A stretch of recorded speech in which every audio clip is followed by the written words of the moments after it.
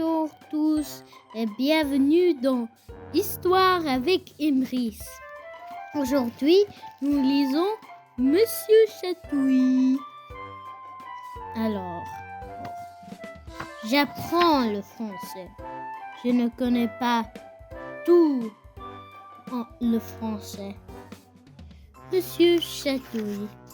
Ce matin-là, le soleil brillait. Dans sa petite maison à l'orée du bois, Monsieur Chatouille dormait encore. Monsieur Chatouille était petit et dodu, et il avait des bras qui s'allongeaient, qui s'étiraient, qui s'entendaient. Monsieur Chatouille avait des bras incroyablement longs. Monsieur Chatouille dormait à poings fermés et à le réveil, à quelque chose de très drôle sans doute, car il riait très fort.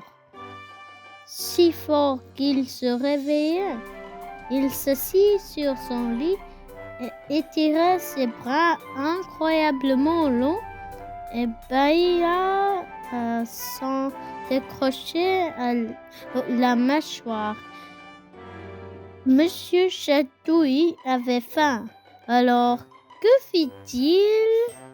Il tendit un bras et ce bras ouvrit la porte de la chambre, s'étira jusqu'au bas de l'escalier, ouvrit la porte de la cuisine, puis celle du placard, s'ouvra le couvercle de la boîte, un gâteau, prit un gâteau, le rapporta dans la chambre et enfant dans le lit de Monsieur Chatouille. Des bras aussi longs, c'est bien pratique.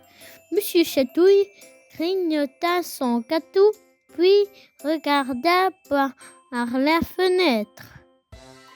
Beau temps pour les chatouilles, se dit-il. Après fait son lit et prit un bon petit déjeuner, Monsieur Chatouille alla se promener. Il ouvrait les grands yeux car il cherchait quelqu'un à chatouiller. Monsieur Chatouille arriva près d'une école. Personne en vue. Monsieur Chatouille tendait des bras incroyablement longs et vers le rebord d'une fenêtre et se hissa pour jeter un coup d'œil à l'intérieur.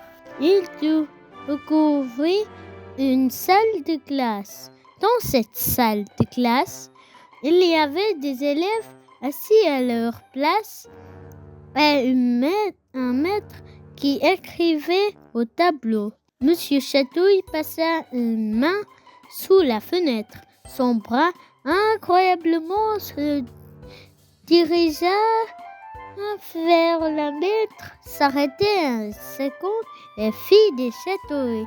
Le maître sursaut et se retourna pour voir qui était là. Personne. Monsieur Chatouille sourit, mais anxieusement. Il attendit une minute, puis il recommença à chatouiller le maître.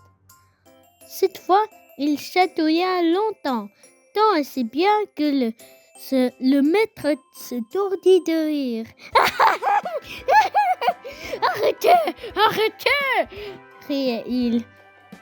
Les élèves éclatèrent de rire à ce drôle de spectacle.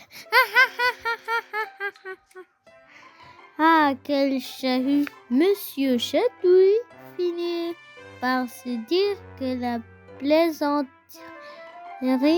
avait assez dur. Après une dernière chatouille d'idiot,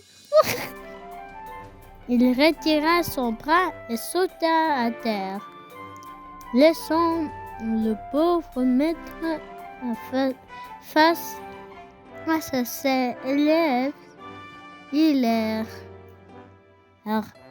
comment allait-il leur expliquer ce qui était passé? C'était passé. Puis Monsieur Chatouille se rendit en ville. Quelle merveilleuse journée ce fut pour Monsieur Chatouille. À un carrefour, il chatouilla l'agent qui réglait la circulation. Il provoqua un embouteillage effroyable. Il chatouilla l'épicier qui s'empilait et empilait soigneusement des pommes sur sa devanture.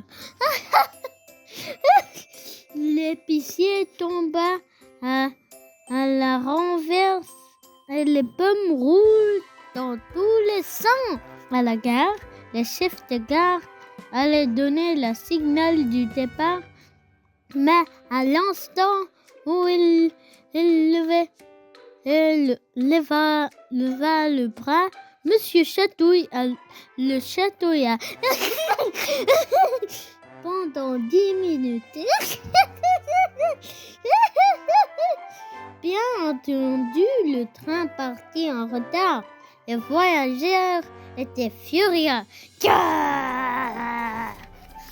Ce jour-là, Monsieur Chatouille n'arrêta pas de faire des chatouilles. Il chatouilla le boucheur. Il chatouilla le docteur. Il chatouilla aussi Monsieur Timbre, le vieux facteur, qui laissa tomber ses lettres dans un flaque d'eau. Finalement, Monsieur Chatouille rentra chez lui. Il s'assit dans son fauteuil et dans sa petite maison à l'orée du bois, et pensant à tous les gens qu'il avait chatouillés. Cela faisait rire, mais rire. Si tu es chatouilleux, méfie-toi de Monsieur Chatouille.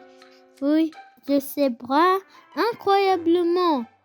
Oh, imagine, en ce moment précis, il n'est peut-être pas loin de toi. Son bras incroyablement long se faufile peut-être vers la porte de la chambre. Il l'ouvre peut-être. Il s'y glisse peut-être.